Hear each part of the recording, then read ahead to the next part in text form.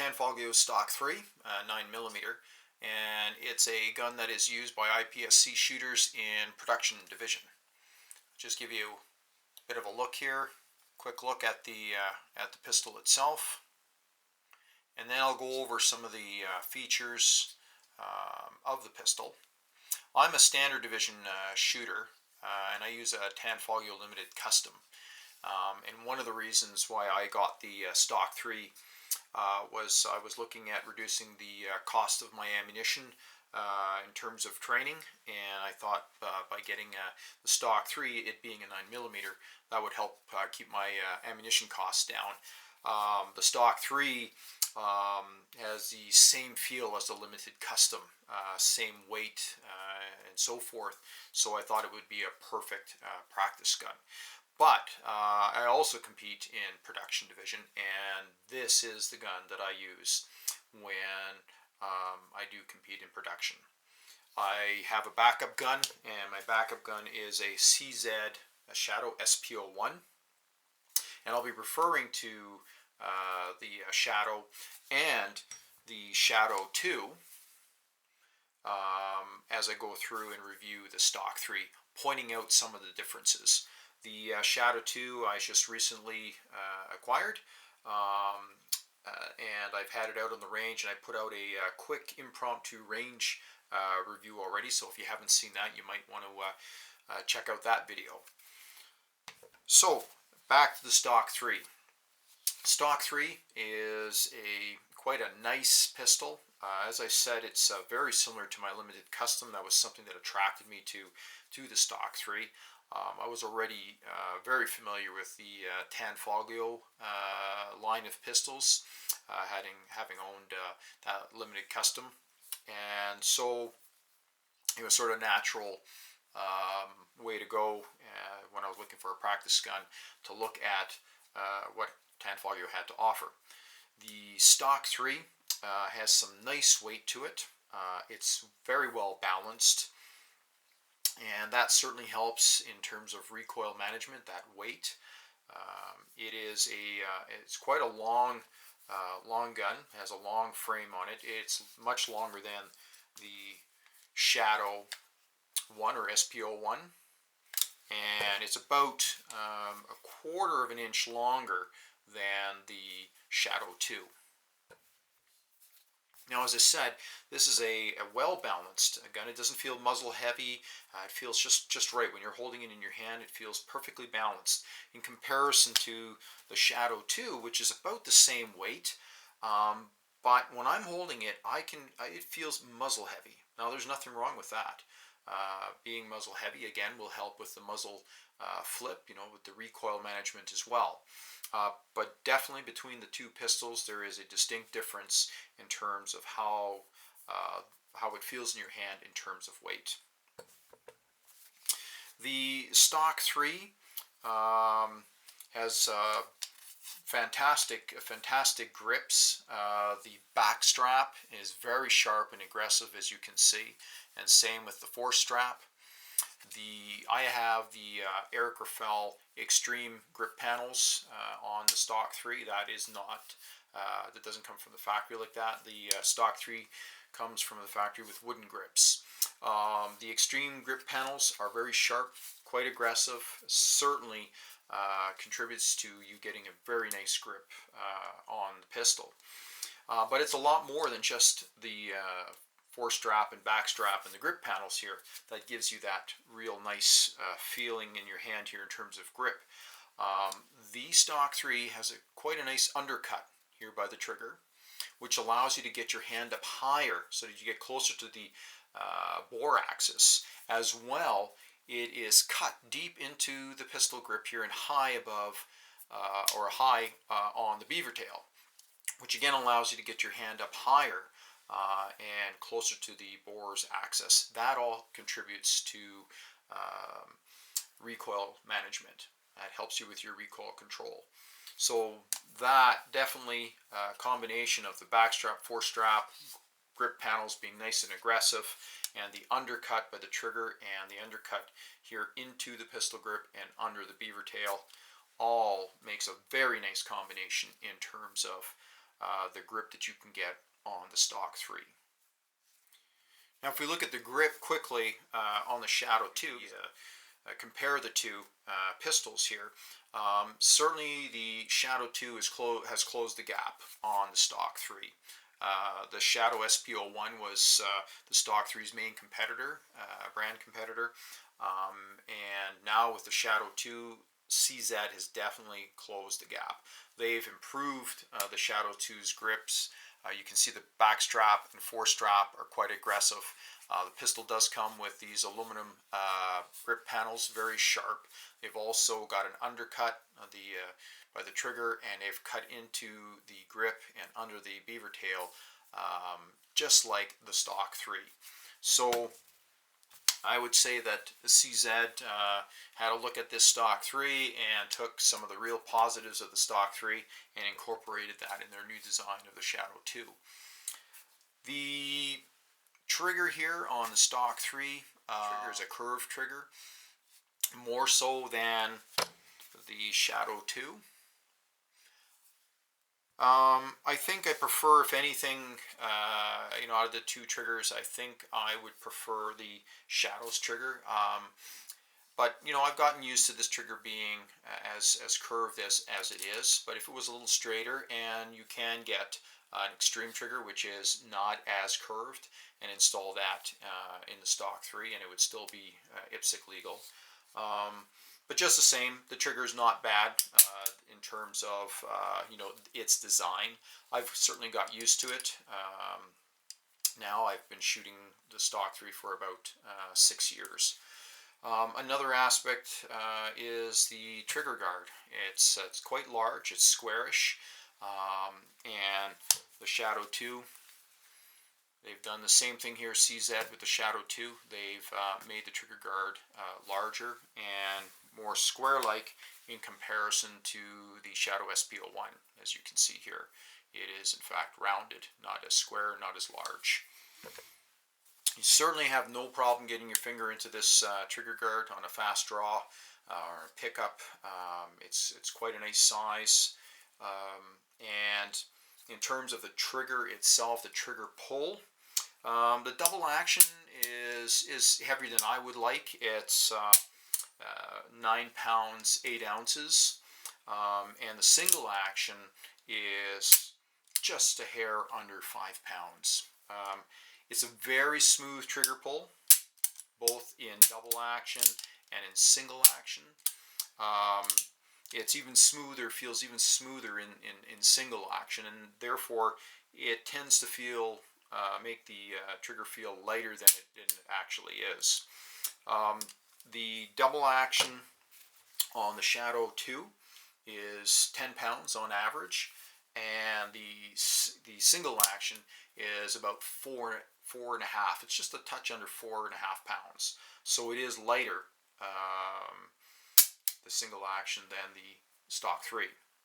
The CZs definitely have very smooth triggers.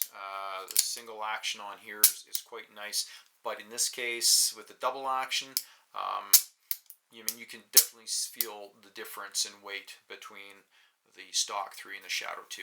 The stock 3 is certainly lighter. I do feel that, half-pound difference almost. You can feel it.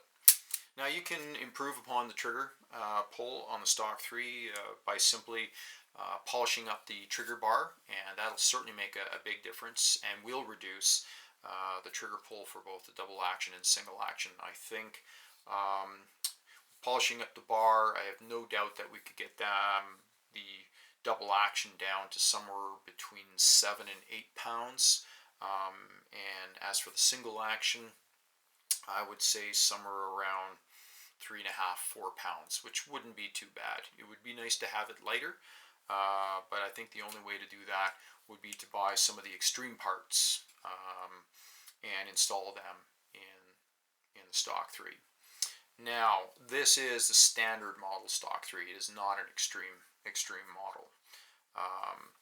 Certainly, if your budget isn't restrictive, I would then say go out and get yourself a stock 3 Extreme. You've got the trigger is significantly lighter, both in single and double action. You get the grip panels already. Many of the other Extreme parts are in the gun. So it's a more tuned gun than the standard stock 3. Having said that, though, there's nothing wrong with this standard stock 3. I really like it. The only couple things I've done to it, as I said, I put the Extreme grip panels on here, and I also put this fiber sight. It comes with an iron sight. I had a couple spares for my limited custom, and they take the same front sight, so I put that fiber sight on this stock 3. I just prefer fiber sights. Some guys like iron sights, so the gun comes with one. So that would be something that I would suggest that you do upgrade if you do like fiber sights. Very easy to do. In terms of the sights, the rear sight is a fully adjustable rear sight in elevation and in windage.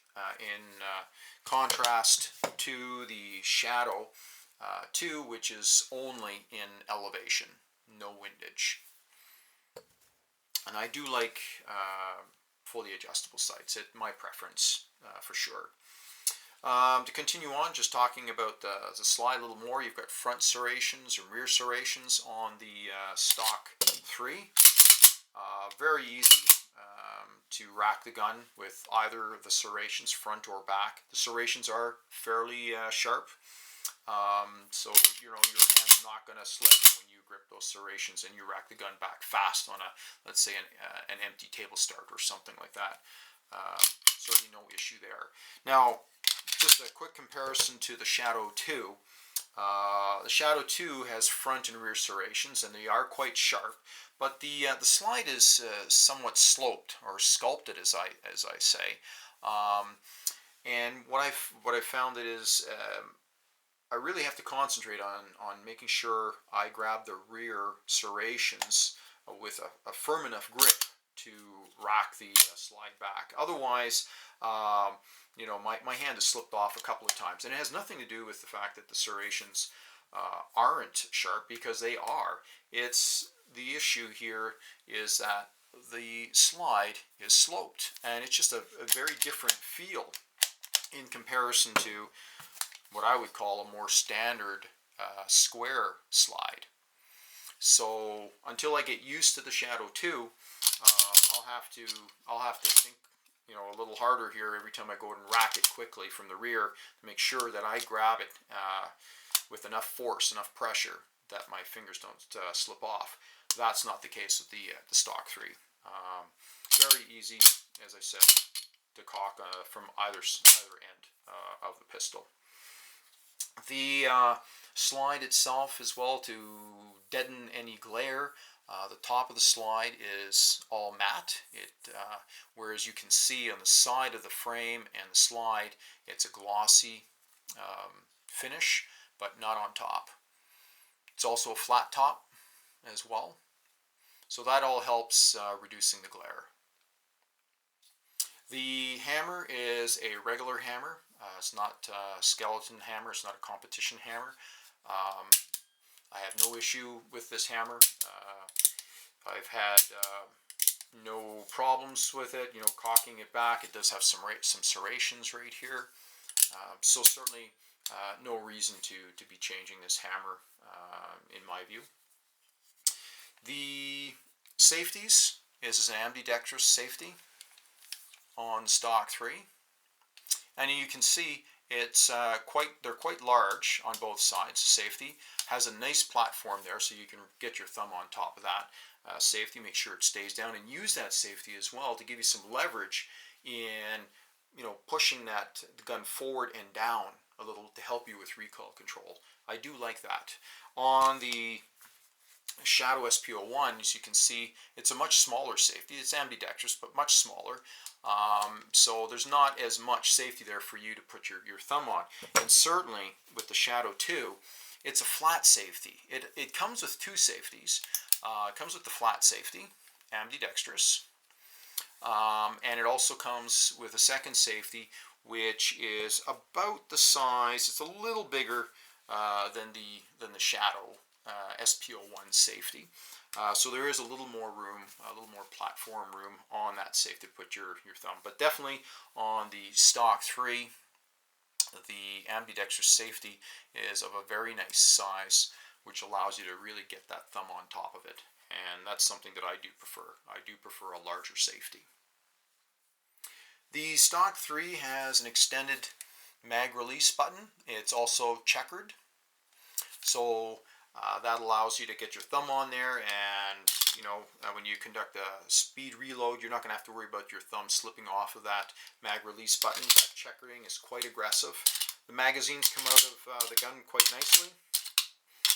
The mag release button depresses easily. I don't have to change the position of the gun in my hand for me to access it and to press it. The magazine itself, I put on an extreme base pad on my stock 3 magazines. They come with flat base plates, and really I prefer to have the enlarged base pads here, because that helps with a speed reload to make sure that you do seat the mag properly in the pistol, because as you can see, it sticks out a fair bit, whereas with the standard base plate that the magazine comes with, it's flush with the grip. So that means you really gotta be conscious of getting your palm in underneath that magazine to make sure it's seated properly. So that would be another upgrade that I would recommend that you do for the pistol, and in this case get some sort of extended base pads for your magazines. These are Eric Raffel's extreme base pads.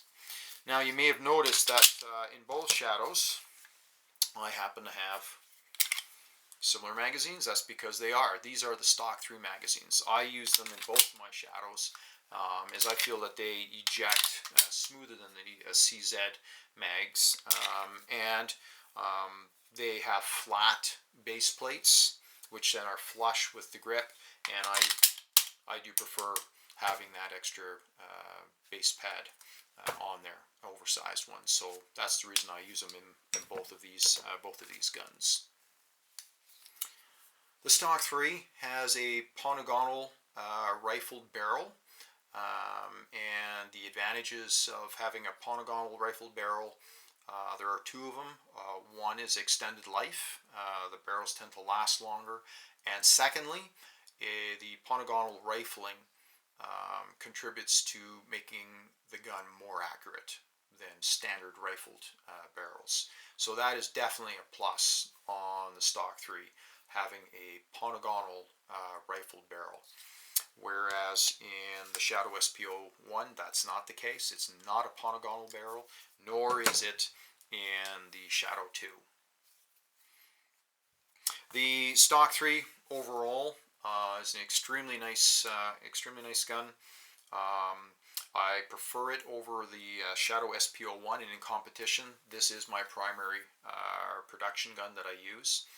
I like the overall size, the balance, the weight. It is without a doubt heavier than the Shadow SPO1, and as I said, these 2 guns, the Shadow 2 and the stock 3, are nearly identical in weight. The big difference is that this is muzzle heavy. That's certainly what I feel. It's muzzle heavy. Not a bad thing. That does help with muzzle flip, reducing it and helping your recoil control. But with the stock 3, it's a more balanced gun. And I think I prefer that. But as I said, having a muzzle heavy gun, nothing wrong with that. I do prefer heavier guns. So something I do have to give hats off to CZ is for making the Shadow 2 as heavy as it is. Very, very nice, and that'll be great for recoil control. The stock 3, I've used it in a number of matches, has never failed me. I've had no malfunctions with the stock 3 whatsoever. Pretty much eats any type of ammunition. Overall, the stock 3 is an extremely nice handgun. I really like the feel of it in my hand. It's identical to my limited custom, so That's got to be one reason why I like it. The magazines work great, so you can stick with these magazines, stick with the Tanfoglio original factory magazines.